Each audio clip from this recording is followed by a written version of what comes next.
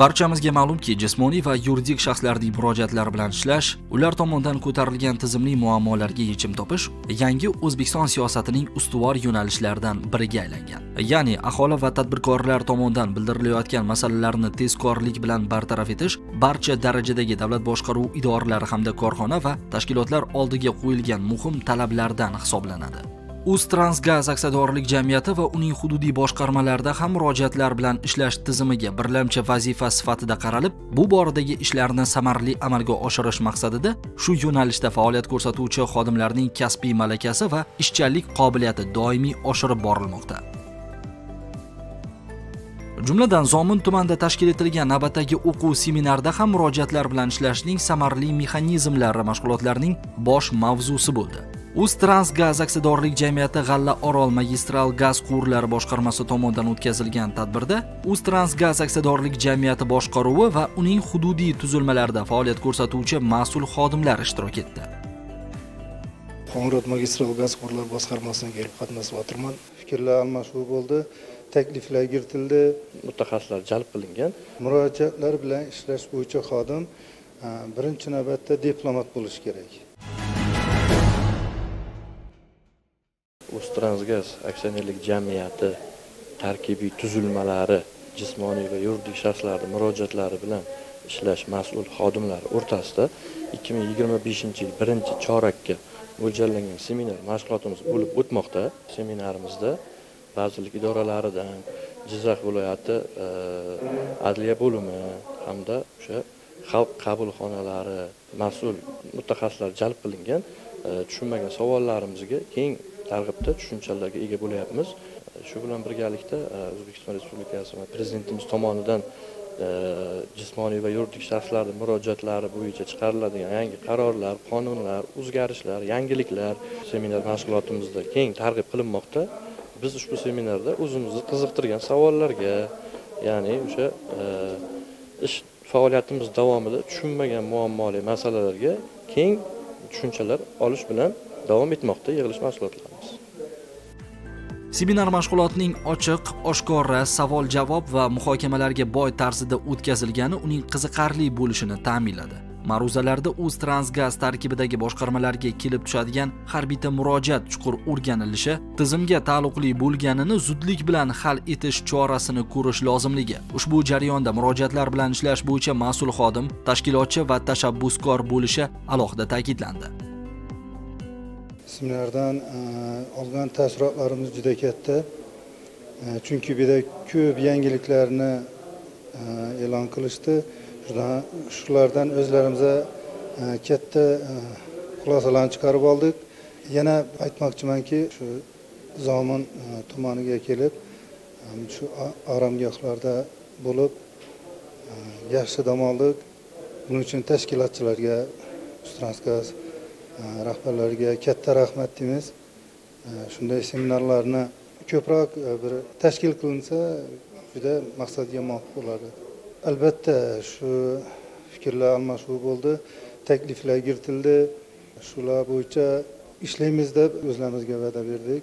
Aholini murojaat qilgan paytida ularni ko'p ham bir bezovta qilmaslik maqsadida telefon orqali ham murojaatlarga javob qaytarish mumkinligini, yanada bir shunday taklif bo'ldi. Agar murojaat qilgan xodimlarga, masalan, bizlarda ko'pincha ishga joylashish to'g'risida murojaatlar bo'ladi. Shularga boshqa, masalan, tashkilotlarda ishlar bor yo'qligi to'g'risida ma'lumot berishni ham taklif qilishdi. Shu bo'yicha ham endi biz korxonamizga borganda shu bo'yicha ham ishlarni tashkil qilamiz, xudo xolasa. Murojaatlar bilan ishlash bo'yicha xodim birinchi navbatda diplomat bo'lishi kerak. Ularga kelgan paytida yaxshi muomalada bo'lish kerak. Uni kelgan paytida murojaatlarini iloji boricha hal qilib berish kerak. Men bugungi o'tkazilayotgan seminarga Qoraqalpog'iston Respublikasi Qo'ng'irot magistral gaz quvurlari boshqarmasiga kelib qatnashib o'tirman. Bugungi o'tkazilayotgan seminar O'zbekiston Respublikasining yuridik ham jismoniy shaxslar murojaatlari to'g'risida 445-nizomining mazmuni nizam bo'yicha kelib түсіп отырған yuridik ham jismoniy shaxslarning murojaatlari bilan islesu, murojaatlардың muddatlarini ko'rib chiqu, murojaatchilarga o'z vaqtida tegishli javoblarni беру bo'yicha үлкен түсініктер беріліп жатырды. Біздердің келешекте болатын жұмыстарымыз бойынша бір білімдерімен бөлісіп жатырды. Ойлаймын, келешекте осыны бүгін алған білімдеріміз семинарда көрген білгендеріміздің бәрін жұмыстарымызда ен жайдырып, мұражатлармен істеуді елімде жоғары дәрежеге көтереміз деп үміт қыламын. Өткен 2024 жылдың жұмағы һәм 2025 жылдың бүгінгі күнге шекемгі дәуірде басқармамызға Қоңырат районы, Қожелі районы бұқараларынан 40-тан астам мұражатлар келіп түсіп жатырды. Мұражатлардың басым көпшілігі бұл жас жігіт қызларымызды жұмыспен тәмінлеу мәселелері бойынша келіп жатырды. Енді тиісінше бұл мұражатларды көріп шығу мүдделерінде көріліп жатыр. Мұражатшылардың ішінде мұтақайсыздығы, оқу, диплом бойынша бұлардың көбісін басқармада іс алып бара отырған комиссияның таңлауына шақырылып, сол таңлаудан өткендер жұмыспен тәмінленіп тұрды. Егер ол таңлаудан өте алмаған емаса, мұтақайсыздығы біздің тарауымызға тура келмей тұғыларына тиісті жауап хаттары беріліп жатырды. Құқи түсінік беріліп, басқа өзінің мұтақайсыздығы бойынша жұмысқа орналастыру бойынша жөнелістер көрсетіліп барылып жатыр. Енді әрбір мұражатшының мұражатын көріп шығуда бұл мұражатшыға біріншіден кішіпейілікпенен, оның хөрмет ізетін орнына қойып, оның мұражатын, оның келіп тұрған проблемаларын түсінуге әрекет қылу керек. Басқармамызда да сол мұражатшылардың мәселелерін көріп шығуда, оны терең үйренуге үлкен бір орғы беріліп тұрды.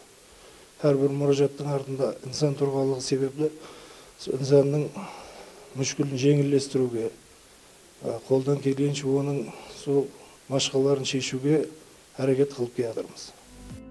Seminarda murojaatlar to'g'risida yurtimizda qabul qilingan qonun va qonun osti hujjatlari, tabiiy gaz iste'molchilari bo'lgan aholi va tadbirkorlik subyektlari vakillari bilan suhbatda rahbar va mas'ul xodimlardan talab qilinadigan muomala madaniyatiga rioya etilishi bo'yicha zarur tavsiyalar berildi. Shuningdek, ishtirokchilar Uztransgaz aksiyadorlik jamiyati va uning tarkibiy korxonalariga yo'llangan murojaatlarni ko'rib chiqishda qonun hujjatlarida belgilangan qoida va talablarga amal qilinishida aniqlangan va yo'l qo'yilgan kamchiliklarni bartaraf etish hamda rahbarlarning qabuli va joylarda o'tadigan sayyor qabullarning tashkil etish yuzasidan o'z bilim va malakalarini oshirishdi.